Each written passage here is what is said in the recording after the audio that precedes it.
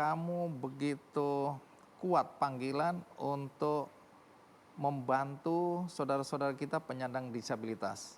Biasanya karena ada pengalaman masa lalu, ada karena kondisi yang sama, ya. Tapi kamu tidak punya masalah secara fisik, tapi tergerak hatinya untuk membantu saudara-saudara kita penyandang disabilitas. Betul itu? Bisa dibilang demikian, Bang Andi. Oke, jadi apa yang kamu lakukan untuk membantu orang-orang dengan disabilitas ini? Di 2015 kita bikin website untuk membantu penyandang disabilitas mendapatkan informasi lowongan pekerjaan yang ramah buat mereka. Dengan tujuan supaya para pencari kerja dengan disabilitas itu bisa menggunakan website tersebut kalau mereka ingin mencari pekerjaan. Tapi tidak semua orang kan peduli, tidak semua orang tergerak hatinya untuk berbuat sesuatu. Nah, kalau kamu dan teman-teman itu bagaimana ceritanya sampai terdorong, tergerak, dan betul-betul mengimplementasikan sebuah platform, sebuah lembaga untuk membantu saudara-saudara kita ini? Sebenarnya salah satu inspirasi kita datang dari keluarga sendiri ya, karena di antara pendiri-pendiri kita juga bukan sesuatu yang baru berinteraksi dengan penyandang disabilitas, karena di keluarga sendiri juga ada penyandang disabilitas seperti itu. Jadi inspirasi terbesar itu dari mereka dan juga dari komunitas penyandang disabilitas itu sendiri. Kita sering melakukan diskusi, kita sering melakukan pertemuan dengan komunitas disabilitas, bahkan sebelum kita mendirikan Kerjabilitas, kita mengadakan pertemuan di 3 kota, Jogja, Surabaya, dan Malang, untuk mendengar dari mereka langsung, sebenarnya kebutuhan mereka terkait dengan akses kepada informasi lowongan pekerjaan itu spesifiknya itu apa. Nah, salah satu yang muncul sebagai rekomendasi adalah yaitu bikin platform pencarian kerja khusus untuk penyandang disabilitas, karena pada waktu kita melakukan studi itu, mereka belum punya platform khusus ya, di mana mereka bisa melamar tanpa takut ditolak gitu. Biasanya kalau mereka melamar langsung ke perusahaan-perusahaan, ketika perusahaannya tahu bahwa pelamarnya itu adalah penyandang disabilitas, biasanya langsung ditolak gitu. Jadi itu sih, banyak sekali inspirasi Bahkan datang dari komunitas kesempatan sendiri. untuk wawancara aja nggak ada itu ya. Betul sekali. Jadi sudah biasa, penolakan itu sudah biasa bagi mereka. Satu contoh, teman kita yang tuli kebetulan mendapat panggilan wawancara. Kemudian si perusahaan menelpon. Iya. Otomatis tidak bisa diangkat ya, karena teman tuli tidak menggunakan telepon untuk berbicara. Akhirnya ditolak, di reject, kemudian di teks aja atau di WhatsApp bilang, oh, kalau saya tolong di WhatsApp saja, tidak di telepon karena saya tuli. Tidak ada kabar lagi. Nggak dipanggil sama Betul, sekali. betul. Bahkan katanya ada yang setelah dipanggil begitu lihat fisiknya, maaf, tidak sama dengan yang lain, itu juga kemudian dengan cara yang halus, bahkan ada juga yang terang-terangan, itu ditolak ya. Betul sekali. Itu sudah hal yang dalam tanda kutip cukup lumrah ya ditemui oleh teman-teman pencari kerja dengan disabilitas. Nah, apalagi yang dialami oleh teman-teman difabel ini dalam konteks mencari pekerjaan? Biasanya kesulitan mereka itu adalah mencari jenis pekerjaan yang sesuai dengan minat dan bakatnya ya. Karena di masyarakat sendiri cukup kental ya stigma bahwa kalau ragam disabilitas tertentu biasanya pekerjaannya tertentu. Contoh, kalau teman-teman disabilitas netra, orang sudah memvonis bahwa oh, teman tunanetra berarti biasanya pinter masas. Padahal belum tentu gitu kan. Jadi kita ini sudah terbentuk sekali mindsetnya bahwa ragam disabilitas tertentu bagusnya pekerja sendiri. Padahal kita inginnya mendiversifikasi kesempatan kerja buat teman-teman, karena kita percaya teman-teman itu bisa mengerjakan apapun. Nah, bukankah ada undang-undang yang mengatur bahwa perusahaan harus menerima pekerja-pekerja difabel ini?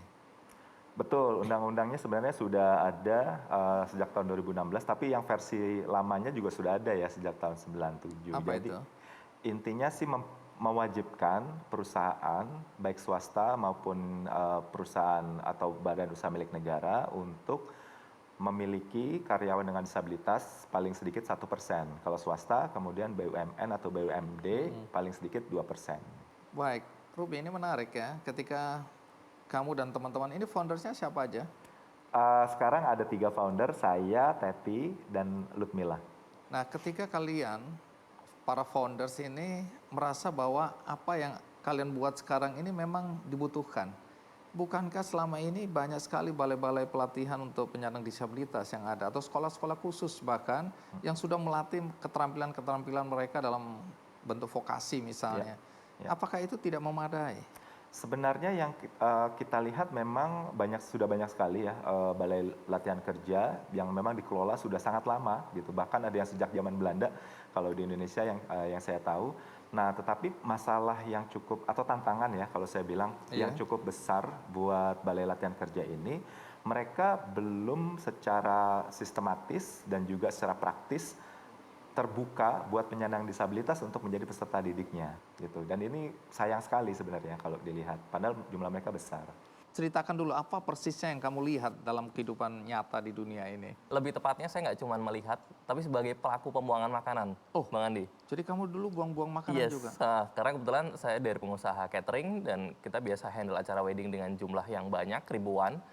Dan kalau dari sudut pandang bisnis ya, membuang makanan itu adalah opsi yang paling mudah, paling cepat, dan paling murah untuk dilakukan. Dibandingkan? Dibandingkan harus save, setelah itu kita distribusi ke masyarakat, pasti ada cost di sana. Ada Di cost, situ ada ada waktu. kotak-kotak itu harus beli, bayar, Yes, ada biaya benar, transportasi dan lain-lain. benar.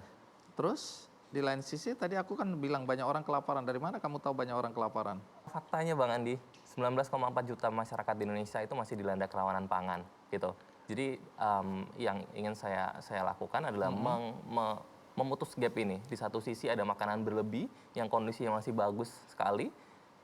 Di satu sisi ada masyarakat yang masih membutuhkan akses makanan. Kita ingin menghubungkan gap ini sehingga tidak terjadi masalah di satu sisi dan masalah di satu sisi. Karena sebenarnya mudah sekali untuk menyelesaikan satu masalah dan satu masalah ini, tinggal menghubungkan aja.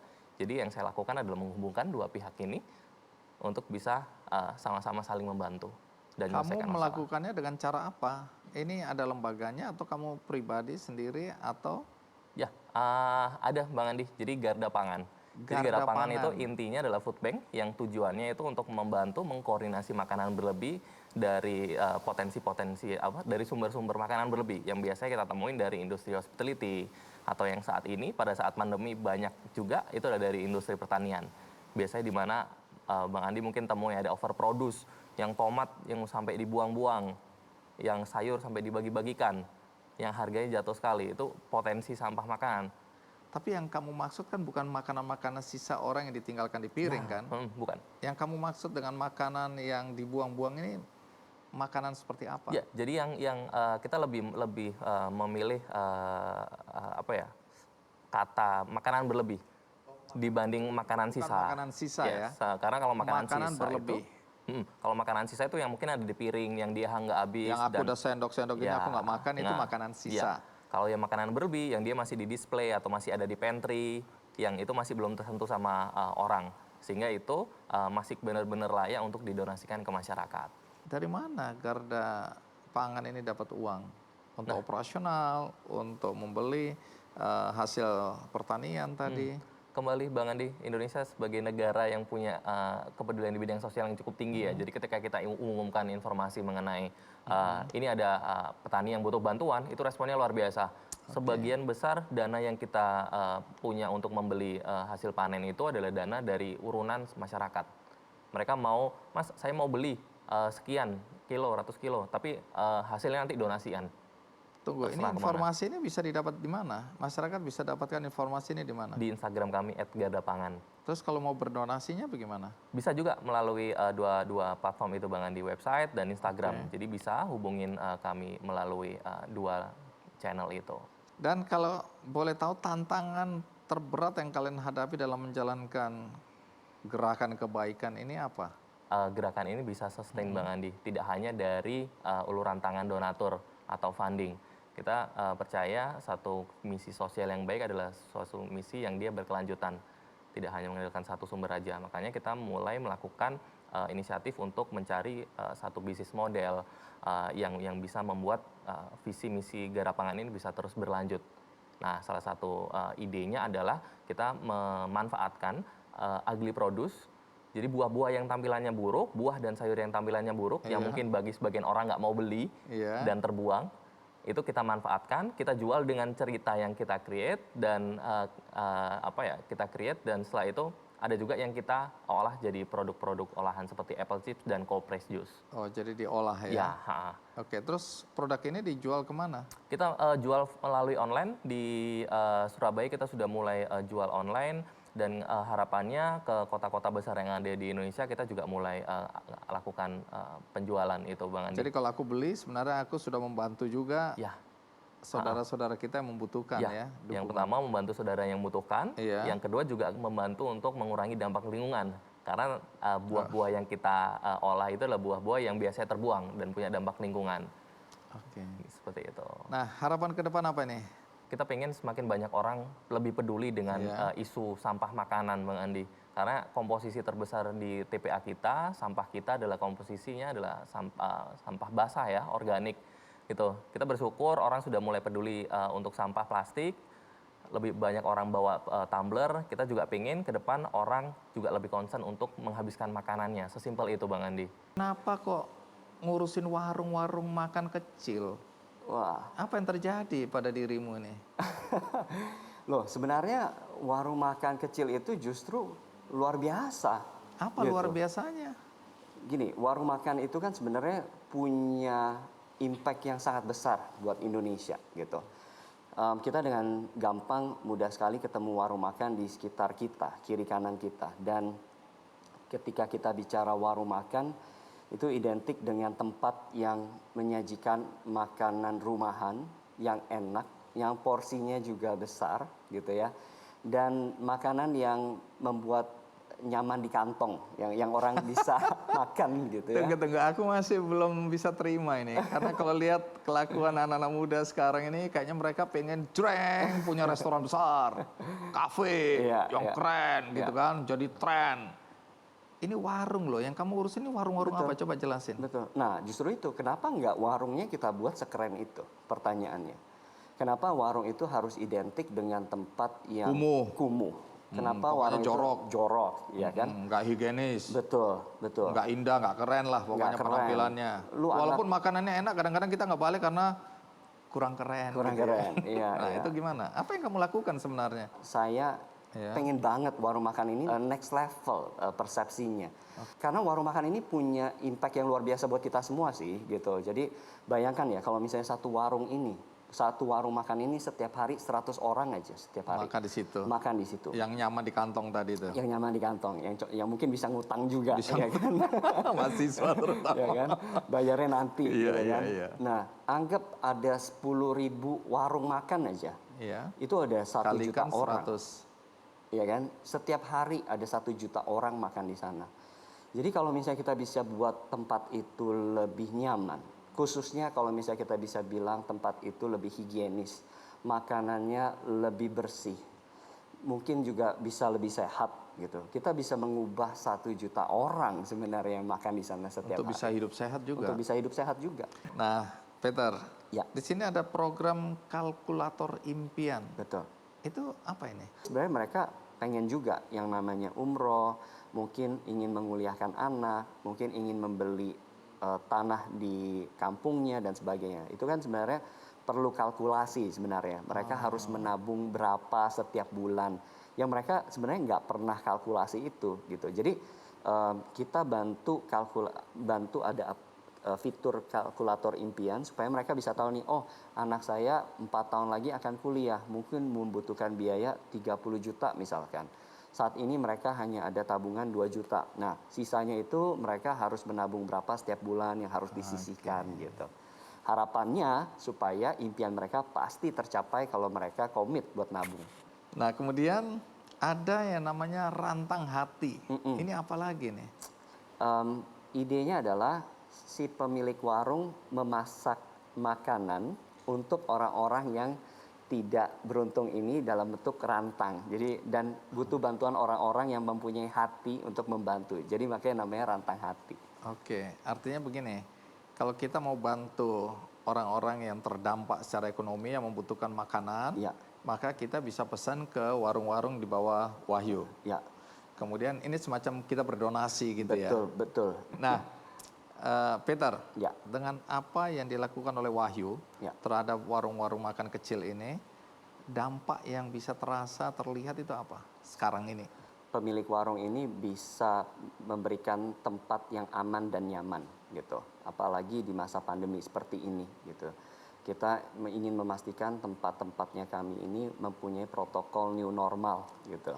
Contohnya kita ingin agar si pemilik warung ini memakai masker, face shield gitu ya. Terus kemudian di depan warungnya juga kita berikan tempat cuci tangan gitu. Kemudian kita taruh himbauan agar yang boleh masuk hanya yang memakai masker.